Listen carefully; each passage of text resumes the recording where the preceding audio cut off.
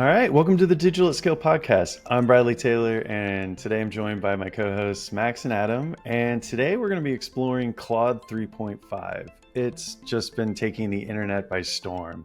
Its mind-blowing capabilities are simply amazing and really is going to make us rethink how we do a lot of the things with AI. We're also going to dissect an interview with Perplexity CEO. If you're not familiar with Perplexity, they're taking on Google in an AI first way, and their CEO has a really good conversation with Lex Friedman that we're going to talk about a few different parts in there about how he has some insights into the work being done in post-training AI models and some insights on where the true breakthroughs are going to come from. I also created a presidential debate bot. So last night was the presidential debates. I created a couple of bots based off the transcript there that we're going to play around with. So let's get things kicked off. We're going to talk about 3.5 and demo some of its capabilities. So Adam, Max, have you had a chance to play around with Claude 3.5 yet? I did a little bit this week, and I really like the layout that we're going to see. I liked how it did break it down more as like actions and tasks and summaries, so it wasn't as linear as like ChatGPT and stuff is. So I think having that layout is really going to make it a lot easier to kind of like follow along and keep things updated. It's kind of like having two screens open almost. Maybe you had a chance, Yeah, Max? I have not the latest stuff. I've been playing around with it with the chat UI, but not the new layer you're talking about. I did see some cool stuff online from people, so I'm looking forward to what we're gonna look at today. Yeah, I think after we demo this, you might start using Claude. I know I have this week because if you're not familiar with Claude, Claude is from Anthropic. Anthropic was actually started a few years back from some ex OpenAI employees. They've really focused on just logic and reasoning and intelligence. And they have a new feature called the artifacts feature, which is one of the big breakthroughs, I think, in not just necessarily Claude 3.5, but how we use AI. So to start off, I'm just going to start with just a few prompts I've been playing with. So the very first one that I'm going to try is something that's just really cool. So when you have a PDF or some sort of context, yes, you can chat with it. We've been able to do that, ask questions about it. Well, I created this prompt, which basically says, hey, I want to analyze this PDF and create an interactive dashboard in React using only supported modules designed to help me learn the content that is in the PDF. Provide a short 3-question quiz at the end and create it in dark mode, but ensure the text is readable. And I'm going to create this based off of the attention is all you need white paper. If you're not familiar with that white paper, it's essentially the white paper that created the transformer, which is what generative AI is built off of. So when I create this is going to not just give me a text input, but you'll see here it creates what's called an artifact, which is a split screen. And as you can see, it's writing the code here for this application that I asked it to write. And the cool thing is now I don't even have to copy and paste this code in here. That's why I said only supported modules. That's a little thing that I've learned over the week because it does have certain, there's a client side. So we simply just put it in here and tell it to go and it'll fix the bug. You may have to iterate over it a couple of times, but I've been getting some really good results from it. Let's see if it tries it this time. I love how it says, I apologize for the error you're expecting. There might be an issue. There we go. So look at this. So it's created a dashboard. It's given me my key concepts. So self-attention, multi-head attention, positional encoding, talks a little bit about the module architecture. And then let's see if we can pass this quiz. What is the main advantage of self-attention over recurrent or convolutional layers? It's faster to compute. What is the purpose of Less multi-head memory? attention? To increase, there we go. And to replace the need. Yeah, let's just do that. Correct, correct, correct. We'll see if those are actually correct. But aced it. So this is a really, really cool way that you can take, PDF and turn it into an interactive quiz. And then we have the full code here to actually build off of that, which I thought was really cool.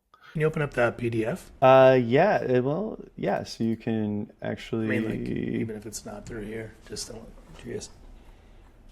so you can see the exact PDF that was in here. So you can actually see the text, which is one thing that I do like better. Like with OpenAI, I'm not able to see the actual chunks or the how it chunked it up. So this actually shows me what was in there. You can see a bunch of crap text in there as well. But yeah, Yeah, parsing PDFs is not always the nice depending thing on is you could sit there and iterate on this. But what I want to do is also show another use case that might hit a little closer to home, which I'm going to create this prompt. Create the page and the attached screenshot in React using only supported modules. Ensure that you use the same colors. For image placements, use gradients that kind of capture the essence of the image in the screenshot. And I'm going to add the screenshot for last rev. So here's our website, done in React, in Next.js. We're going to add this. And this is just another example where it's going to take the designer's screenshot or a screenshot of the page and give me working React code that I can use in a component that I can start to build off of. One of the cool things is I'll be able to view this in the artifacts. So it has migrated my content, given me a nice little image based off of what images were there. So I can at least see there because it can't load the images in. It doesn't know where they are. I'm sure you could give them those locations and it would give it to you. But it's created this. It even knew that this was a video here. The latest content. It put some lorem ipsum in there and CTA. And we now have the code directly for this. So I know there's been a lot of discussion, Adam. I know we're going back and forth. Should we read the code or should we look at the image? I think we have the answer to that question now.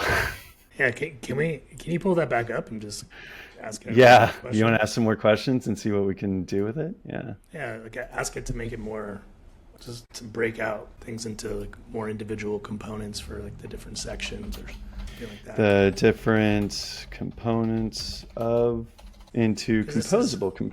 yeah, while you're doing that, so like this is always kind of like the biggest challenge, even like with using humans, Earth humans, is like you give them a task and say, hey, recreate this thing, and they'll go and recreate it. This is obviously faster, right? But if they're missing the context of like the rest of the site, or I want it to be reusable, like if you can get the input to be kind of if something exists today, and it can start to reuse it. So like for example here I see like video sections, like this is good. But if like you already had an existing site and like footer already existed and you just wanted to create these other components, if you can get it to be aware of footer, then it knows how it should be called, what the inputs need to be, and it can work to map those to it. Because that's the hardest part about coming in like cold to a project as a developer that already exists. It's like you need to figure out how everything works. And even with AI, it might answer the questions for you, but like to kind of connect all the dots and not recreate the wheel is really important. Yeah, I think it has to have understanding because we all know that it's very easy to go into a brand new code base and start something from scratch. It's way easier than supporting an existing code base. I'm going to be really excited when Claude meets Daisy. 100%. And because this is doing one shot prompting out of the box, if we give it those examples of how we do a hero or each of these, the header, hero section. So with this prompt, I told it to not just make it composable, but also to split out the props and the data from the presentation layer. So now I could now put this as a mock API with Contentful or whatever CMS that I'm using, and I have something I can instantly start using. That was pretty cool. I won't do a Wow. PR review right now of this thing, but yeah, no, it looks good. But, Like, first off, like this whole new layout is awesome. it being separated from the chat and the artifact you're working with, I think has been one of the biggest challenges working with ChatGPT, where you're kind of working on one document and it loses track of what that is. So it's amazing. I'm wondering, can you have more than one artifact at the same time? What if, for example, you say split it out between like a CSS file and a HTML and JavaScript? I don't believe that it will do that. I think it has to be on one. I don't know. Let's see. Split it into let's just say split it into multiple files. That's a good question. I don't So what know happens? if it can. Yeah, we'll see what happens. But I don't necessarily. I think it is just going to give me where these files should Mm. be. It does not look like it's doing that. So it's still going to have it all in the one file. But one thing that is nice is that it kind of gives you these versions that you can go through. And as I scroll back up, so instead of having your response, well, that's another nice thing I like about this. See, unsupported libraries or icons detected. So there's certain things that they've built into their artifacts of certain libraries, why it can compile React. I've seen it only being able to do HTML, JavaScript, CSS, and React. I haven't tried any other libraries yet. But the nice thing is you can go back to any one of these and then click on this for that artifact. So it's like your response isn't just mingled in with the instructions, which is another thing that I really like about this. Yeah, I think that's really It's good in terms of the context is much more clear, right? It's when you're referring to like update the document or you're working off, it's very clear what you're working off, you know. right. If you try doing that on ChatGPT, it's very, very hard to make it repeat the same thing twice. Or even if you're like asking for edits on a document, it's very hard for you to make just the edits you want, Very curious how this other one compares in that way. If I want to have like one document and I'm just wanting to update like one paragraph, will it be smart enough to produce the rest of the artifact and don't update it? Yesterday we were using it for a functional requirements document, and I was really impressed with how it did everything. So like when we had it spitting out like 5 different basically sections and using it for prompt generation. But then when we asked it to like update something, rather than it just like spitting out all of it at once, it'd be like add this to the top of what you had before, and then put the rest of your content here, and then add this below it. Like very simple, but like it was for somebody who had to take a manual action, it was like super helpful. So like it wasn't just like here's the whole thing again, and I'm like, what'd you change? I want to learn too. But it worked really well, I thought. Yeah, it was really helpful yesterday creating that functional requirements document. One of the things that I'm really excited about too in my next example is going to help in my video editing and our presentations so much. When I'm creating videos, when I'm creating a sales presentation, whether it's in PowerPoint or in Canva, I'm always trying to do visual representations. And you have so much control over Canva or Google Slides, yet you want to have these kind of really rich animations or ways to explain complex systems, like how a RAG system works. So I created this prompt to create a visual representation of how a RAG system works. I want it to be animated to show how the data flows through the system, from the user's input to retrieving the data to adding the prompt and responding. I want it to be extremely easy to understand for non-technical users. So like here, it's going by itself. It's showing, hey, the user puts this in here. Oh, it doesn't. But you kind of see this. Okay. Make it more graphical using emojis. Make it pop. It's not Make it wrong. pop. It's not entirely wrong. Let's see what it can Yeah, do. it definitely also too wasn't correct in how it the flow actually worked as well. That's the other piece. But that's the cool. The user asks, it gets the knowledge. The information is added to the AI's context and the AI generates a response. Okay, now work on how the flow, I don't know, make it look like a flow chart that appears at each step. Let's see what it does with this one. So this is like one of the cool things. You can just sit there and work with this component and get it looking the way that you want it to. I was playing around with this earlier, getting some really, really cool graphics that I can use. I can generate this and play around with it, and then use this for video editing, for sales demos. If I want to just go in there and just edit the code, I can. So I have full control as an engineer. It's been pretty cool. I like the I'm images. continuing to be amazed at how like it's keeping track. It kind of answered the question I had before. You can see that for the most part, it's the same thing you were working. It only updates what you're telling it. You know, I was doing a test on the side as well, and long document, super big, change one title. It only changed that. This is going to be huge when working with code and documents, and just feels like much better at like a sidekick than ChatGPT. Yes. Yeah. I think they're actually onto something in the way they're training the models, and we'll actually hear about that in the next segment when when we hear from Perplexity's CEO, where he really talks about this. Because at the end of the day, this is an application layer that's on top of it, but he also talks about the training and how we're separating out the logic from the facts. But one other one that I wanted to share with you, and then we'll go to that interview, is I've always wanted to create my own little Zelda-style puzzle game. And with just a few different prompts, I was able to create this game that I can go around and grab a key. It even made it so that I went slower. I didn't tell it to do that. And then when I get to the door, it creates a dinner one. It keeps score. If I hit the enemies, it takes away hearts. So I can literally generate and I can work on this and have it do random puzzles, but it helps me get started with a pretty cool little game. I thought that was really cool. Again, love the graphics. But yeah, no, Hey, it's emojis are going to be the usable. new graphics. It's Yeah. usable. And like what's kind of like what Max was saying, like you created something and you can make changes to it and it didn't show up totally different. It didn't turn from like Zelda to Mario because you like told it to move slower. So that's awesome.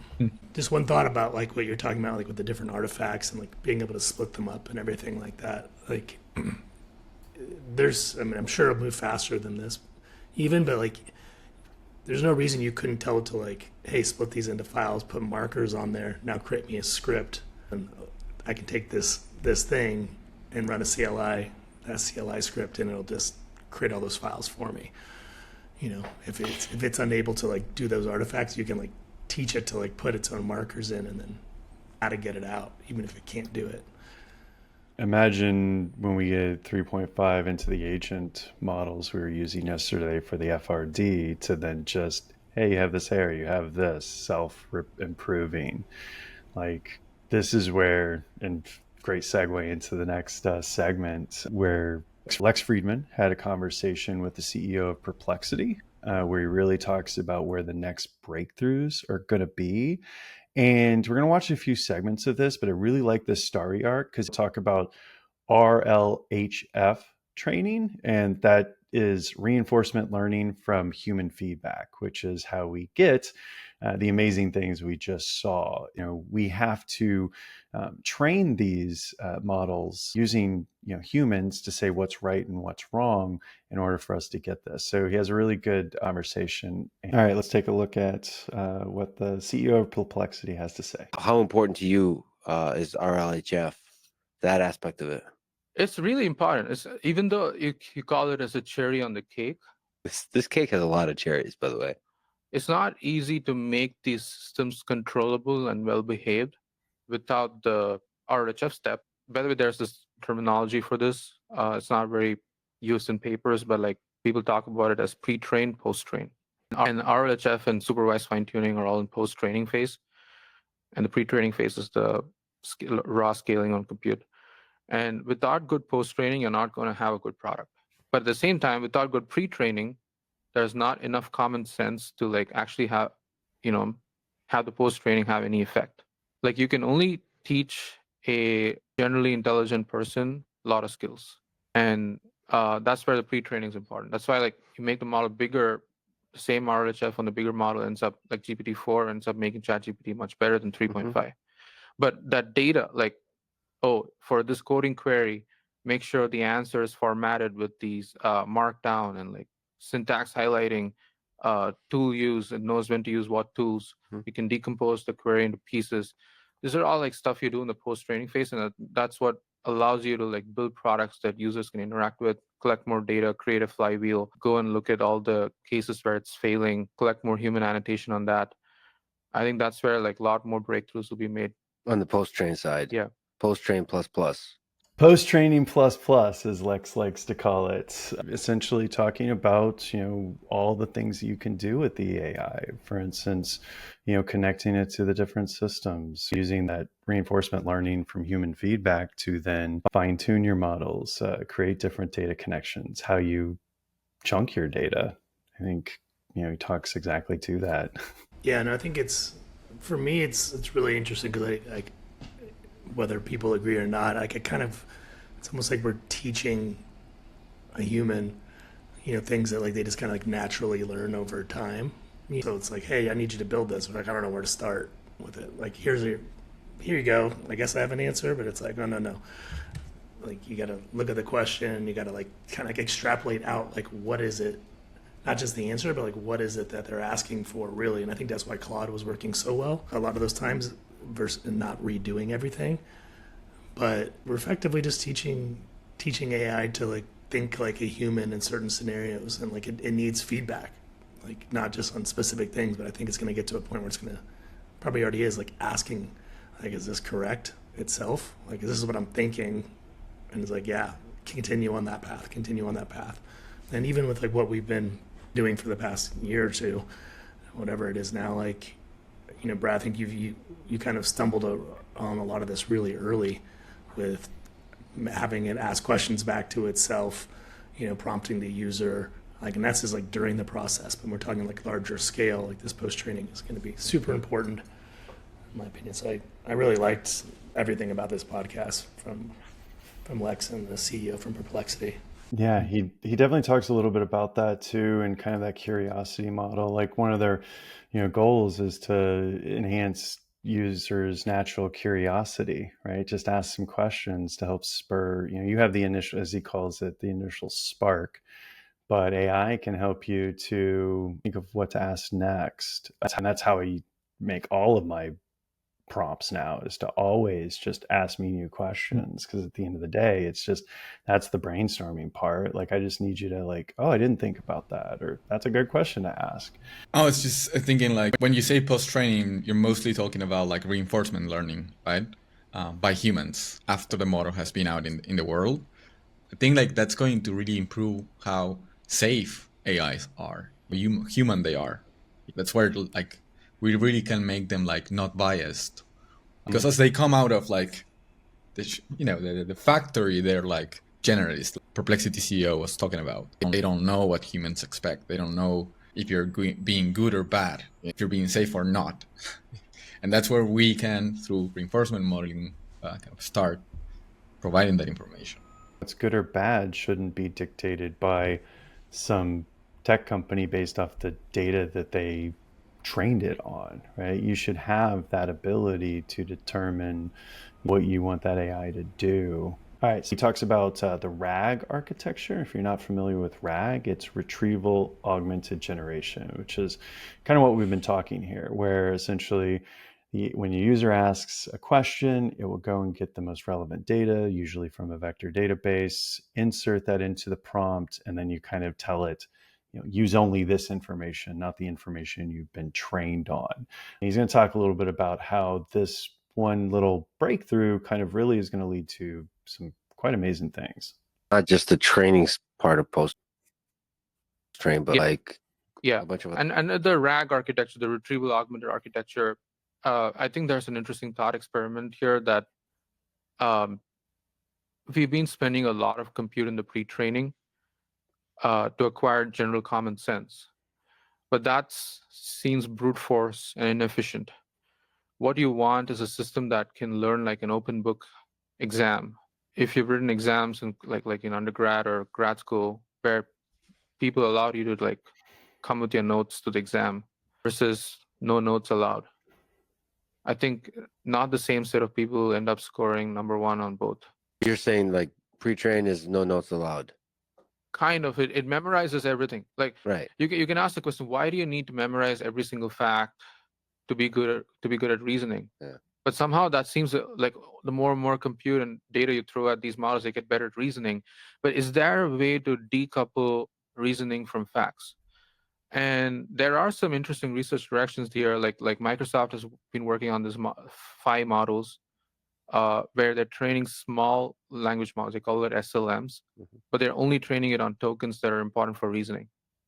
And they're distilling the intelligence from GPT-4 on it to see how far you can get if we just take the tokens of GPT-4 on data sets that require you to reason, and you train the model only on that. You don't need to train on all of like regular internet pages. Just train it on like basic common sense stuff. But it's hard to know what tokens are needed for that. It's hard to know if there's an exhaustive set for that. But if we do manage to somehow get to a right data set mix that gives good reasoning skills for a small model, then that's like a breakthrough that disrupts the whole foundation model players, because you no longer need that giant of cluster for training. And if this small model, which has good level of competitively, it bootstraps its own reasoning and doesn't necessarily come up with one output answer, but thinks for a while, bootstraps, thinks for a while, I think that can be like truly transformational. I love this line of research where they saw that just feeding it tons of data, feeding LLMs and training it creates this logic and reasoning. But to create synthetic data based off only logic and reasoning, and then leaving systems like RAG for factual information, I love this. I mean, there's people. You kind of hit on this a little bit. There's people who are just really good at like deducing things and are smart people and can figure stuff out, and they might not be as like quote unquote like smart, like IQ or SAT, or if that even exists wise any as somebody else. But like in the real world, they're able to like overall function better and be more, maybe just more well-rounded. A lot of that just comes from common sense. There's people who are geniuses, like who can't interact with other people, for whatever different reasons, or like they're too much in their head and like not actually reading the room to understand it, like how they should speak at that moment or what they should say, So I like it. I mean, if the smaller is better. And I think that's why I don't want to speak for you guys, but even going back to the Claude thing, like there's something in there that's not just answering the question, but asking like why, like what does the user mean right now when they ask for this? When I say, hey, change the title, that even if it's like questioning itself as to like which title does he mean, or like, like, this is all that he means, even if he didn't ask, or the user didn't ask for it. That's important. That's where I think most people, everyday people, are going to push back on AI. Even today, like, oh, I asked it a question and it was wrong, or did something else and like wouldn't listen to me. But I think having this piece he's talking about is like, it'll be smarter, and like smart enough to like ask for follow-up questions if it's not sure, which I think is going to be super helpful, even if it seems like it adds an extra step. Yeah, no, that's a great example. I think when they're going about tests and how different people will do things, or like how do we rate intelligence, decoupling that memory from like reasoning sounds amazing. They've been talking about multimodals for a while now. They can do images, they can do text, video, audio, right? And people have started using them as apps. They use ChatGPT to do OCR, process text. It's that generalist. It's a nice question to think like, what part of that is like not really being useful to be better at replying or better at reasoning? And would it be better at reasoning if we remove all of that? Those that don't know what RAG is, that's a system we use in architecture to retrieve the facts right on time to provide us context and reply. So we're letting the AI do the reply part, and there are other systems that are better for getting the data. I wonder how that evolves in the future, right? Like, do we remove image generation out of the model? Do we just let that be another thing?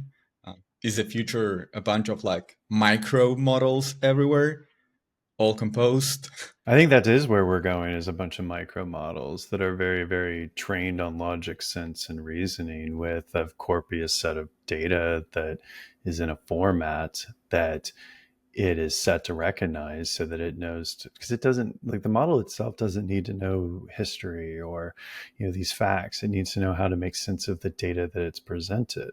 And if you can do that and just say, hey, you're only using this data, here are the fundamental, like, common sense that you need to make sense of it, that's a really powerful thing. So you can have this small model on your phone that is then communicating with all of your data that is organized and labeled in a way that makes sense to you. So he does talk a little bit too about hallucinations and how it's still not a panacea. Like, for instance, even though you do tell it, hey, there's a dog in this picture, sometimes be like, great, there's a cat here. And it kind of goes a little bit about some of the reasonings for that and some of the things you can do about that, and some of the challenges that they've come across in creating Perplexity when sifting through just mountains of data when you're going after a company like Google. Let's just linger on that. So in general, RAG is doing the search part with a query to add extra context. Yeah. To generate a better answer, Yeah. I suppose. You're saying, like, you want to really stick to the truth that is represented by the human written text on the internet, and then cite it to that text. Correct. It's more controllable that way. Yeah. Otherwise, you can still end up saying nonsense, or use the information in the documents and add some stuff of your own, right? Despite these things still happen. I'm not saying it's foolproof. So where is there room for hallucination to seep in? Yeah, there are multiple ways it can happen. One is you have all the information you need for the query. The model is just not smart enough to understand the query at a deeply semantic level and the paragraphs at a deeply semantic level, and only pick the relevant information and give you an answer. So that is a model skill issue. But that can be addressed as models get better, and they have been getting better. Now, the other place where hallucinations can happen is you have poor snippets, like your index is not good enough. Oh, yeah. So you retrieve the right documents, but the information in them was not up to date, was stale, or not detailed enough. And then the model had insufficient information or conflicting information from multiple sources, and ended up like getting confused. And the third way it can happen is you added too much detail to the model. Like your index is so detailed, your snippets are so, you use the full version of the page, and you threw all of it at the model and asked it to arrive at the answer, and it's not able to discern clearly what is needed, and throws a lot of irrelevant stuff to it, and that irrelevant stuff and made it like a bad answer. So all these three, or the fourth way is like you end up retrieving documents too. But in such a case, if a model is skillful enough, it should just say, I don't have enough information. So there are like multiple dimensions where you can improve a product like this to reduce hallucinations, where you can improve the retrieval, you can improve the pages in the index, and you can include the level of detail in the snippets. You can include the improve the model's ability to handle all these documents really well. And if you do all these things well, you can keep making the product better. So everything you just talked about is not, I mean, yes, the very first thing, you have to have good models. We have great models. Everything else you talked about is just good old fashioned engineering. How do we hook all this stuff up together to get them to talk so you're not copying and pasting things back and forth? And we've seen in our own experience that you can do to make, to actually put these models to use, and not just think of ChatGPT as, I asked it to do something in their app and it didn't respond well. But just thinking, like, when he was talking about how he can hallucinate, and like he mentions those three ways, I'm like, yes, we feel like that. Yes, we feel like that as well. And yes, that third way, also try that. It just flashbacks, right? Like, it's very easy to think like, oh, I just need to put the whole HTML in there. The LLM is going to figure it out. But at which point it's just trying to mess up. It doesn't know what it's looking for. And it's funny that they're coming off the other point, because I think this is a fundament to what he was saying about like these small language models, right? If we take out all that general information out of it, it doesn't have anything to get confused with. The facts are we should provide later on. I think that could be one of the ways we figure out hallucinations. Because even if we provide all the right context, it still mess up sometimes. Yeah. It's almost like you're trying to tell it, like you have your own worldview of the things that you know and that you've been trained on, right, throughout your that you've been alive, and then someone tells you, nope, this is what it is. You're going to have conflicting, like, no, this is what I've always thought it to be. So if you give it something else, you're right, maybe just taking out that context and just focusing on logic is the way to go. I remember we might have talked about this in an earlier podcast, but like right when we introduced ChatGPT to our team and they'd never even seen it before, one of the guys went in and asked it what 2 + 2 was, and it said, "Oh, the answer is 4." And he's like, "Nope." And then the user was like, "No, it's 2 + 2 = 5." And ChatGPT tried to like stick to its guns, and it was like, "No, I'm pretty sure it's 4." The guy's like, "No, I'm telling you, it's 5." And said, "Okay, well, you say it's 5. Mathematically speaking, it's 4. But in your case, we'll just treat it as if it's 5." It's like a very political answer to it. But even this was probably like V3. Like it knew a fact. So like, how do you get it? I mean, it's math. It's not really going to change, I guess, anytime soon. But it gets a little bit different when it's not an absolute fact. When it came, I'm assuming somebody just straight up trained it on what 2 + 2 and like different formulas and. Well, it's horrible at math. I mean, I've done 2 + 2 and it says it's like 5 and 6. Or I've tried to actually tell it, no, it's actually 4. I've had arguments the other way around, and it's like, no, it's 5. Like, pretty sure it's 4. There's plenty of systems out there that can do math really well, but it has to be more isolated and understand that that's what's being asked of it at that time, I feel like. And that's breaking down the problem a bit. So whether it's through like these SLMs or whatever it might be, it's like, and we're starting to see that more like in GPT, and I think Claude does that behind the scenes a lot. Based on what I'm seeing is like it's breaking down these problems using reasoning of some sort to say, okay, like how should I attack this question and all this data I'm given, and almost like saying, okay, this is what they're talking about here. This is a math problem. Oh, this is like code. This is what they're expecting on the output. Again, just very similar to like how humans do it, whether they realize it or not. Whether you're planning your day or your brain like learning how to get muscle memory to walk. This is how you do these things. He talks a little bit about planning. I think he just recently had a white paper that he talks about chain of thought prompting. I thought it was interesting that he used the example of open book. I have another video where I use that exact same analogy to talk about RAG, but then, they're also talking about how they're using chain of thought reasoning to possibly create synthetic data to actually train these systems in that way. This is also, I believe, open source gives you like a good base model to start with, and try different experiments in the post-training phase to see if you can just specifically shape these models for being good reasoners. So you recently posted a paper, Star Bootstrapping Reasoning with Reasoning. Yeah. So can you explain like chain of thought and that whole direction of work? How useful is that? So chain of thought is this very simple idea where instead of just training on prompt and completion, what if you could force the model to go through a reasoning step where it comes up with an explanation and then arrives at an answer, almost like the intermediate steps before arriving at the final answer. And by forcing models to go through that reasoning pathway, you're ensuring that they don't overfit on extraneous patterns and can answer new questions they've not seen before, by at least going through the reasoning chain. And like the high level fact is they seem to perform way better at NLP tasks if you force them to do that kind of chain of thought. Like let's think step by step or something like that. It's weird. Isn't that weird? It's not that weird that such tricks really help a small model compared to a larger model, which might be even better instruction tuned and more common sense.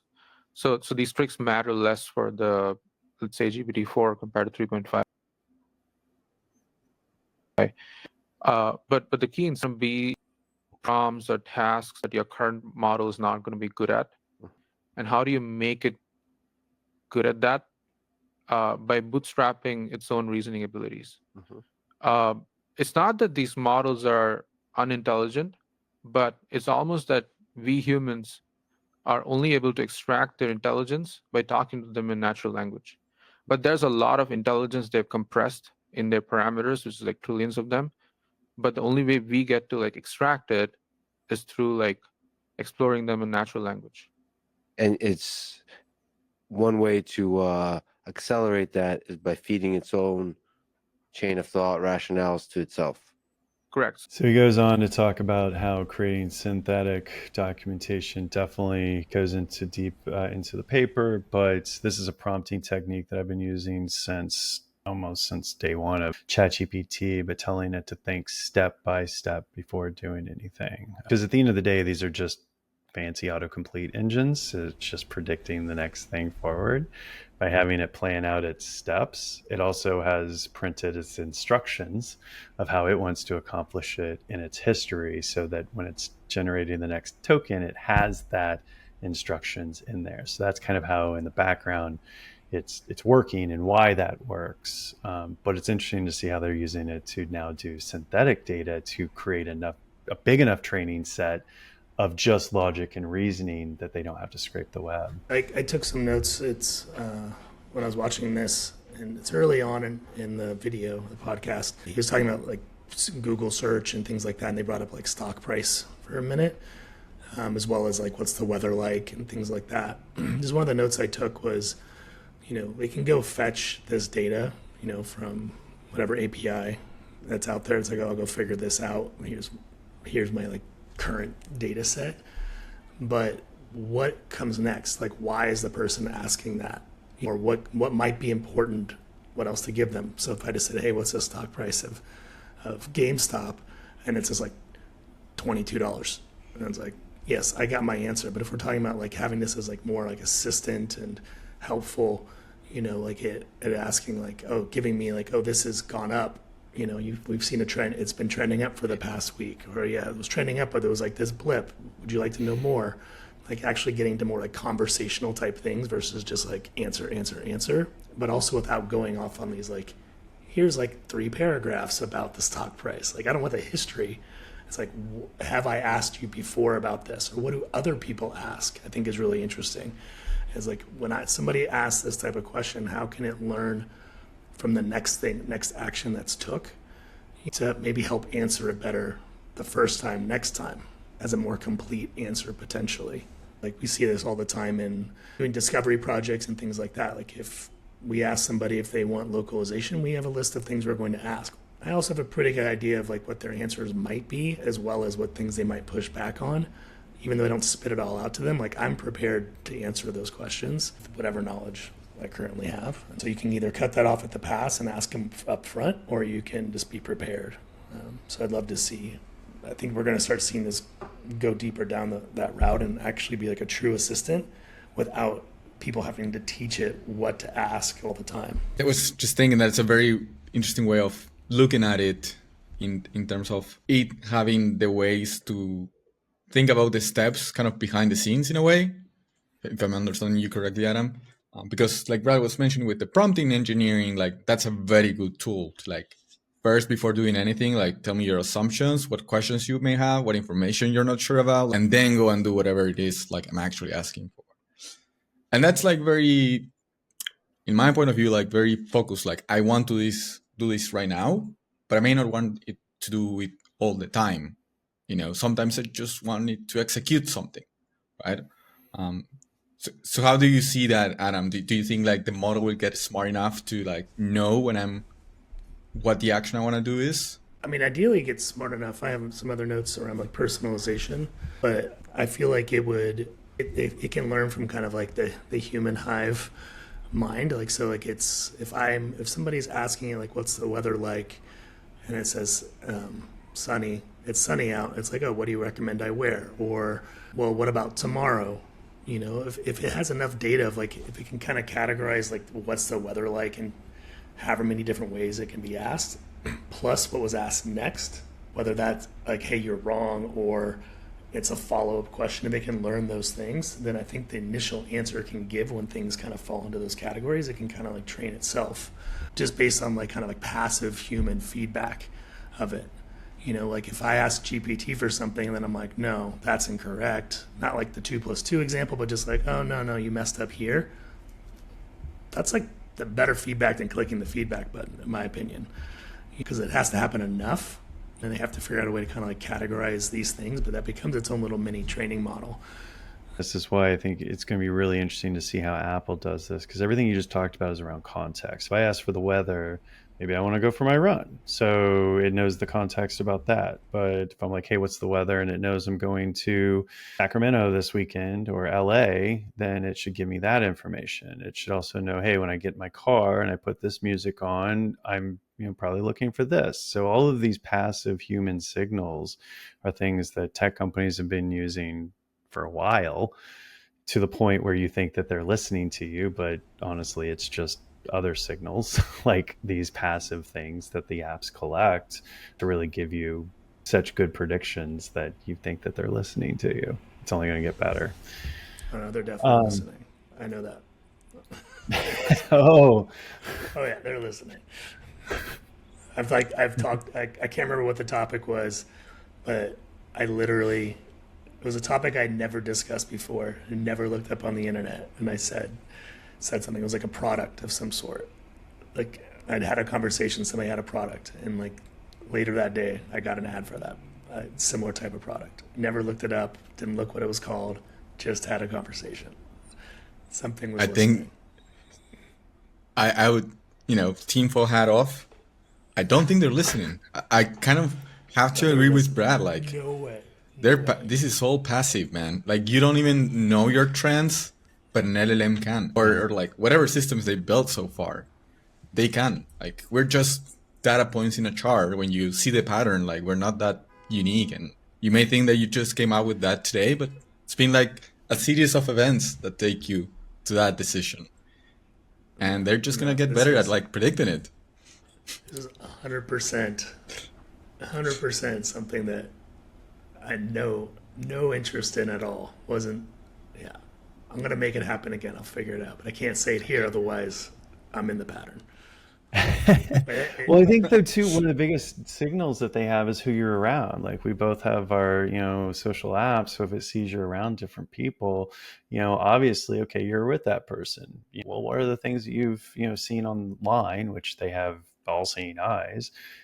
There's a likelihood that you may have talked about one of those things. I don't know. It was easy when I was at Optimizely to predict what people are going to be doing and to see that from past evidence. So, but now really puts- I'm gonna test it doesn't even have to be us to. week. The thing is that it doesn't have to be us to predict that, and that's what when they talk about this next place, which the last clip we're going to look at is around AI agents using a concept called self-play, which is go out and do this task, fail a bunch of times, and come back and tell me what worked. I mean, this is a good example of that kind of like rapid experimentation, and also too how these LLMs and these can now be used for context gatherers. Because one of the things that a lot of these machine learning technologies like self-play, which we'll get into, have been around, but we haven't had the ability to have the training sets for this. Now we have LLMs that can generate data sets and collect the context for human reviewers, kind of going full circle here with the human reinforcement learning. How do we now use these LLMs to gather the context needed to now power these? So this kind of work hints a little bit of a similar kind of approach to self-play. Do you think it's possible we live in a world where we get like an intelligence explosion from supervised post-training? Meaning like that there's some kind of insane world where AI systems are just talking to each other and learning from each other. That's what this kind of, at least to me, seems like it's pushing towards that direction. Yeah. And it's not obvious to me that that's not possible. It's not possible to say unless mathematically you can say it's not possible. Right. It's hard to say it's not possible. Of course, there are some simple arguments you can make, like where is the new signal to Right. this, is the AI coming from? Like, how are you creating new signal from nothing? There has to be some human annotation. Like for self-play, Go or chess, who won the game, that was signal, and that's according to the rules of the game. Yeah. In these AI tasks, like of course for math and coding, you can always verify if something is correct through traditional verifiers. Mhm. But for more open-ended things, like say predict the stock market for Q3, like what is correct? You don't even know. Okay, maybe you can use historic data. I only give you data until Q1 and see if you predicted well for Q2, and you train on that signal. Maybe that's useful. And then you still have to collect a bunch of tasks like that and create a RL suite for that, or like give agents like tasks like a browser and ask them to do things and sandbox it.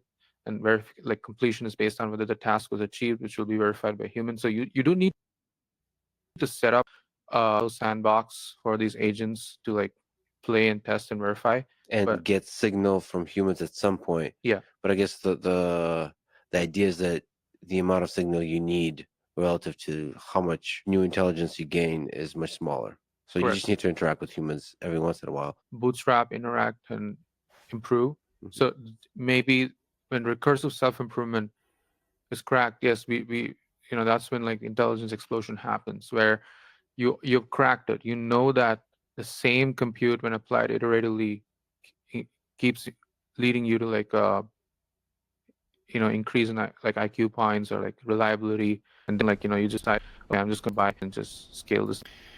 Yeah, because we're talking about an intelligent explosion. When you tell these AI agents, we just saw what it would do a few iterative yesterday when we built an agent going off our own meetings, right? So if you put this towards, $10 million towards that inference compute, go find new things to cure cancer, new drug research. This is how we get to the amazing breakthroughs that AI promises. I don't think it's through large models. It's through this type of post-training self-supervision based off everything we just talked about with the human reinforcement learning. I think that's how we get these breakthroughs. Yeah, if we actually want things to move forward or like have like more robust or personal or just like factual responses that aren't based on whatever massive amounts of data were put into it, it needs to be able to iterate and get feedback faster. And like I think from like a security, I don't know if security is even the right word, perspective, like we're going to want to have somebody verify that certain things are true, but there's also going to be a lot of things that are opinion based or just let's just say feelings based. Same event could happen to the same person twice, like one day versus the next, but they were just in a bad mood or they were tired one day, and like this, they just react differently. And so if you're trying to push those things into like how is somebody going to react or like what does this person think, it's gonna seem like they might conflict with each other, even though like there's something that just can't be quantified there. But I think this is gonna be a huge breakthrough, just like even little things that teaching itself, but somebody has to gate that a bit to make sure. I think that's going to be a good lead in for the presidential debate stuff. Yeah, but I think what and sorry, I want to butcher his name, but the CEO of Perplexity, like he's talking about something different. I feel like he's talking about like there's not such thing like human free. From a more, I understand, a more like philosophical way, like there's always a signal, either the beginning, at the end, the way that the rules of the game were laid out, who defines what the stock market is. Like there's no way, like, can we put them into a recursive training mode, where they can go and generate questions, answer them back, validate it against some other model, use several training sets, like he was saying, like, oh, I give you Q1 and then let's see if he can predict Q2, and maybe the system is able to do that enough times and then move on to do Q2 and Q3, and that kind of recursive training, for sure, it's going to be a huge breakthrough in how fast these models get better. Does that mean like they don't need us anymore? No, and I don't want that, or I don't know if you guys want it, but I want to be a signal in there, be able to, bias it towards the world, and not just me, I mean humans. I was saying I'm sure there's a lot of powerful people who want to be the signal as well for this. Earlier on he talked about like scraping the web, and people could easily just put some like hidden text that say Alexis handsome or something like that. So like people are going to want to have these tools and these responses like sway one way or another, whether it be for politic reasons or power or money or love or whatever else, right? Whatever it is. But like if we can truly get enough data and enough of those like recursions in there for it to continue to learn, like it needs to be able to make some like educated guesses at some point and know when it's like a argument can't be won, or when a negotiation needs to be made. When we're talking about predicting a quarter forward of a stock market, like that's like a pretty big example versus like something like simpler. I'm trying to come up with like a better, easier example to start with versus like something that obviously like have a huge impact on the world and economies everywhere. Like what can we teach it that's like sooner that can be helpful for people? There are lots of examples that are not like language model levels, but they've been using AI for years to do like protein calculations, just coming out with new proteins that don't exist and pitching them against like bacteria and viruses and sickness and stuff. And that goes on and like just trying to find the right combination to find a new medicine, for example. Those type of things like are amazing. You can create the sandbox to test against itself. You can let it go, and eventually, you don't know when, you're going to get back an answer. But it doesn't know when the answer is done, right? There's still a signal for somebody saying like, oh yeah, that works. That's why I think I firmly believe that as humans, there's two things we can't lose sight of, and that's the data that goes into these models and the signal or the weights that we attribute to them through the training or through the prompting in it. And I think we're going to see a big example of this here. So last night was the presidential debate, and I created a couple of chatbots that I'm going to share with us. And basically, it's just trained on just the data from the debate. So it's gone in here and it's chunked it up into a bunch of different chunks in here. As we just saw, this is using a RAG system. And here I can say, what was said about immigration? I don't think I spelled that right. So here, this one has been developed. And one of the things I think people really need to understand is that, ChatGPT and Claude, they're just applications that sit on top of models. So everything that we just talked about, understanding the user's intent, understanding how to respond to the user, all those things are programmed in by companies. And as you can see, this one has been programmed to be this truth seeker. So here I was just like, Donald Trump was highly critical of Biden's immigration policies. No surprise there. But it kind of goes through and it shows the different pieces, from Trump said, Joe Biden says, Jake Tapper, what he said. And then I have it ask some follow-up questions. How do the candidates propose to reform the asylum process? What specific data did Biden refer to when he claimed there are 40% fewer people coming across the border illegally under his administration? So these are basically, questions that should be asked about this debate. We could give it tools to go out and search the internet, but this is just a way that you could kind of use this tool to just get some clarity over what was said in the debate. One of the things that I was thinking when I was watching the debate was like that they were just kind of going back and forth like tit for tat more than I wanted, or like, oh, this person did this before, versus like, this is my plan going forward. Like, what is it? What are you going to bring the American people as president, right? And like, so be curious. You could ask it to something a little bit more general like that. Like, can't really do a percentage, but like what are their plans to make things better going forward versus like things that happened in the past? How stuck in the past are they? Versus what each other did in the past. It's a good question. Oh, I'm not sure.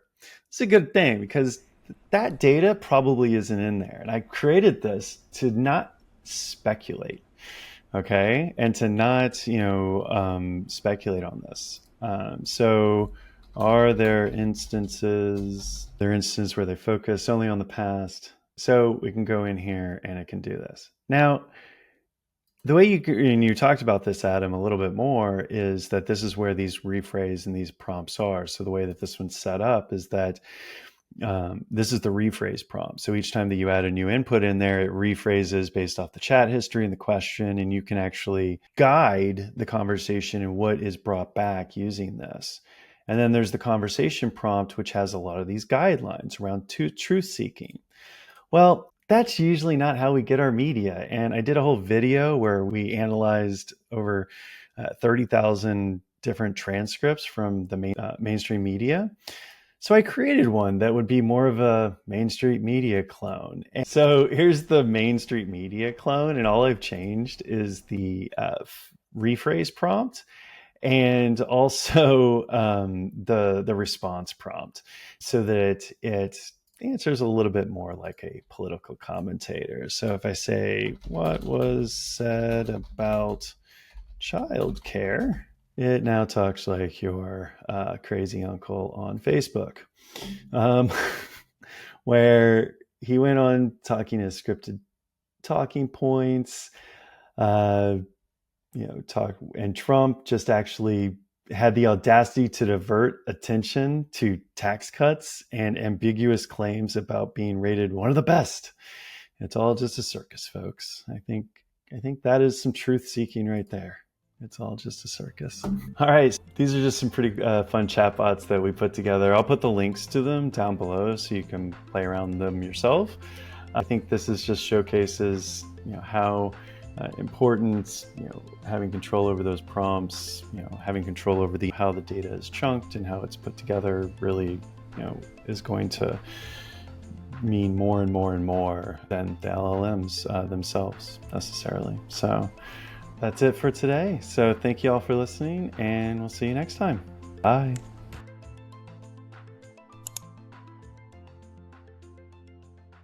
God, you gotta figure out your tech stuff, man.